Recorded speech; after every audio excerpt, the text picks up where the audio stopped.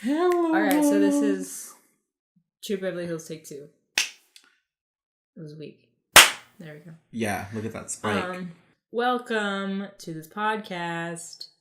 Why was that song? Welcome to this podcast that we're singing and we record every week. Make sure all the gays are in frame here. Okay. No! They've been falling. You know what? It happens with a stand too, okay? Just on hers. She's weak. Okay. Carol Danvers is weak. This is a podcast from Planet Weird. Welcome, all you guys and ghouls. And we're stronger than before. We're Juan and Sarah. And Hi. We're your hosts for this podcast where we talk about Disney Channel original movies. Sometimes they're not Disney Channel original movies. Sometimes they're movies that aired on Disney Channel quite frequently in our childhood. This one did not, and I really doubt that it did. I swear it did. They just cut a lot of stuff out. It still airs on ABC Family, Freeform, whatever, a lot. They just cut some stuff out. They cut a lot of stuff out. We got some new Funko Pops to add to the gay lineup here. We already had Nico and Carolina from Runaways. Look at how they don't fall now because Sarah found the stands that go to them inside their own boxes. We'll talk about that in a second. But we also just newly added to the collection here of gays. We have Carol Danvers. Oh my god, the little Tesseract's so cute. It looks like a thing of, like, Crest Jello toothpaste. Ew, ew. Like the 3D white toothpaste that they just squared up and put in there. It looks like little jelly. I want to eat it. I want chocolate. Don't. Carol Danvers, not confirmed gay yet, but we all know. And then we also have, of course, Decom Queen Evie. That's right. Evie from Descendants. What are her pants? She's wearing, look at her fucking emo, like, leggings. They're like tree branches. But yeah, what Juan was saying was we got these new Funko Pops and we were setting them up and we were like, oh, these have stands. Like, cool. And then Juan was like, check the other ones if they have stands because Carolina and Nico, if you've been watching and listening for a while, fall every episode. Can you find all the clips of them falling? You made my mom cry. Oh no, how did she do that? I don't think they Nico. No. It was my ankle. Like what we were talking about today. I swear. So I went and looked in their boxes, and it turns out they had stands, but they're hard to see. They're hard to find, and that's Funko's problem. They flip open from the bottom. It's insane. It's stupid. They're clear. Why would I see that if they look the same as the packaging? You were just so excited. You took a bite of the package and were like, "That's it." Again.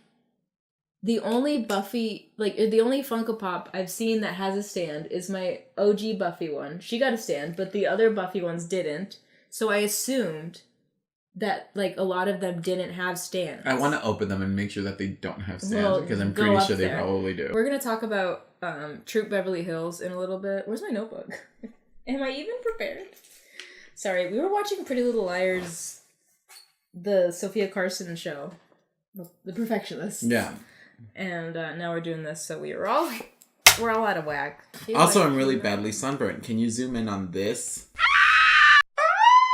You're clearly wearing a tank top and not putting on sunscreen. When did I get sunburned last time? One time you were at my house and you took a picture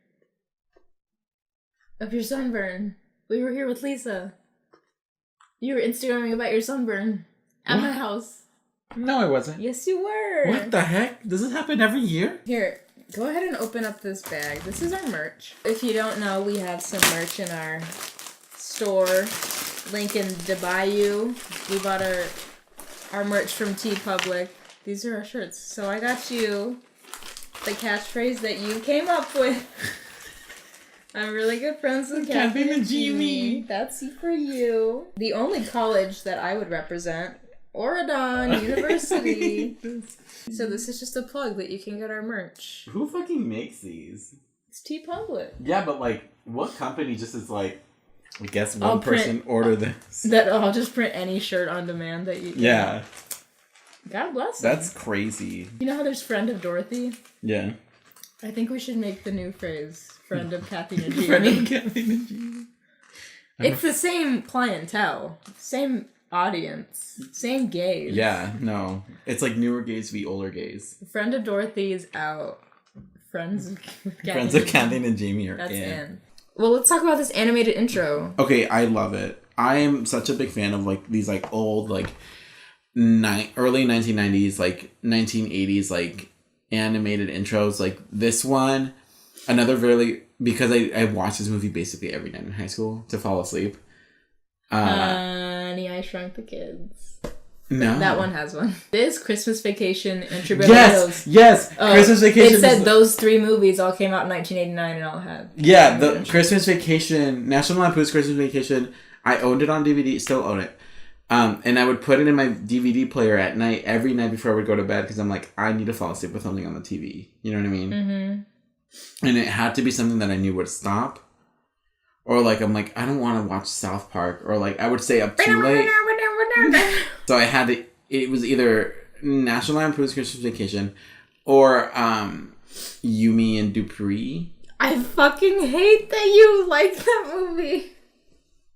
Those are for some reason the only 2 movies that I own. I know you've said that before, and I was like, you've mentioned that you own it, and I'm like, what's going on? Oh no. I was gonna get my Girl Scout vest, but I didn't even look for it. You know what? I'm just too lazy to do it. But I was gonna wear it for this, but I think I remember talking about that last time. So the Wilderness Girls, we see like this board, you know, the officials. Yeah, the tip top. Yeah, leaders. the grand old whites.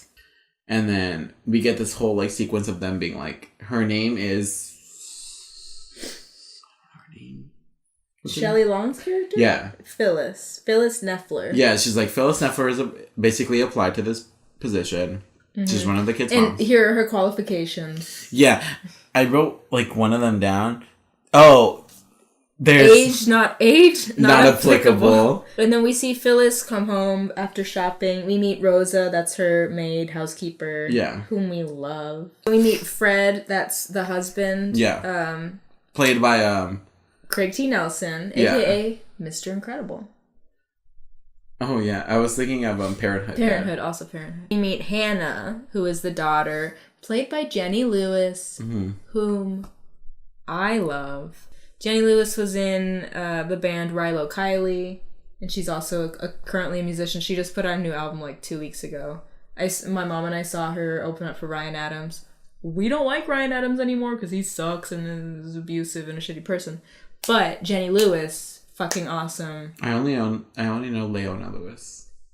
Keep bleeding. Anyways, but she's so little in here, and this movie like introduces her in the credits. And she's like the voice of reason to these parents that are like not. Yeah, okay. Like it's always mentioned like that she's the grown up. Like she's always looking after her mom. I love how she has a line where she's like, can you guys please get back together so I don't have to go like to therapy 2 times a week? Like, what's her name? Fred thinks Phyllis being a troop leader is funny. Because Phyllis is doing this because, like, she wants to hang out with Hannah. She knows it's important to Hannah. Yeah, and Phyllis is, like, one of those, like, she's a person that actually, I think she genuinely cares and wants to care and wants to make a difference, but she just, like, is like me and she gives up halfway. All these different girls are getting introduced. So we have Tiffany, who is the redheaded negotiator. Yeah, she's a little money grabber. Money grabber. We have Spy Kids' mom, Chica. She's a fancy ass polo girl. I literally was like, what kind of saddle club, bitch? We have I don't remember the girl's name, but Vince Fontaine from Grease and his daughter. We have like, I don't know the political climate in 1989. Like, there's a dictator. Yeah, there's a dictator character and his daughter is part of the troop. Yeah. I was like... Vietnam? I'm like, Kim Jong-un? No. But it's 2019. It's these 2 movie guys in the business, and then the daughter it's him. The daughter is Heather Hopper. Yeah.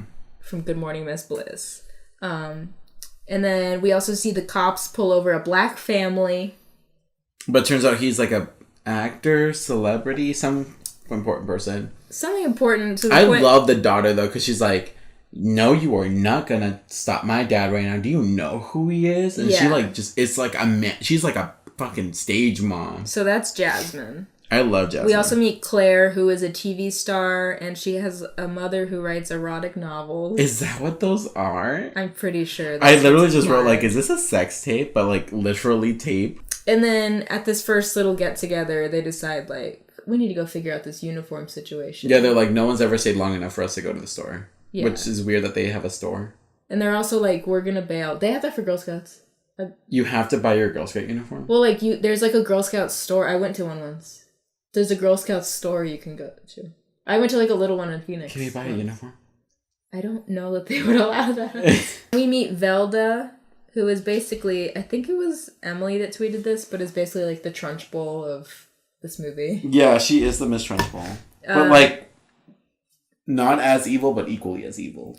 The girls have their first like big outing. They go on a camping trip. It's really glamping.